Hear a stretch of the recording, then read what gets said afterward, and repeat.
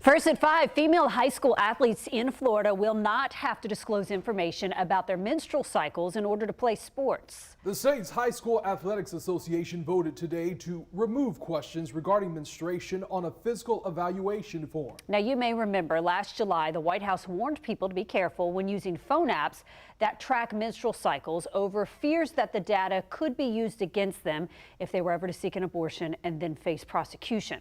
On your side, Cheyenne Cole is live tonight in the newsroom with the details. And Cheyenne, what did these questions specifically ask?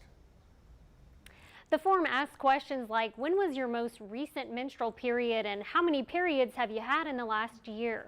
In the past, those questions had been optional for student athletes. When the association's Sports Medicine Committee recommended making those questions mandatory in January, parents started to push back. The Florida High School Athletics Association attorney reading 150 public comments to board members in an emergency meeting Thursday.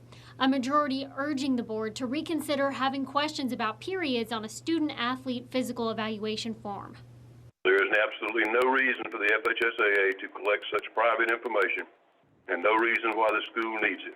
The board voted 14-2 to remove the questions, with many saying they have daughters of their own and would feel uncomfortable sharing that information with school districts. I made a plea with the committee and with the board.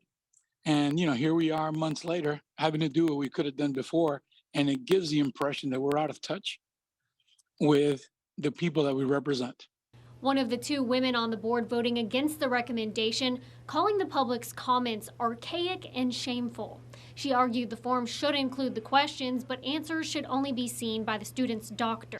I would argue that the elimination of the questions is discriminatory toward female athletes because we are not instituting best practices that could protect them. A Jacksonville mom with two girls who attend school in Duval County says these questions are too personal.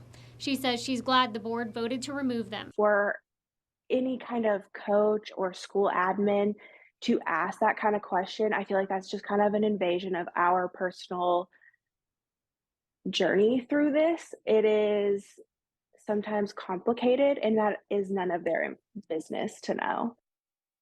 Clay County District Schools told First Coast News they're pleased with the Board of Directors vote and look forward to continuing to create a world-class student-athlete experience. Tonight at 6, you'll hear about another change the board made to the sex column on the evaluation form. In the newsroom, Cheyenne Cole, First Coast News, on your side.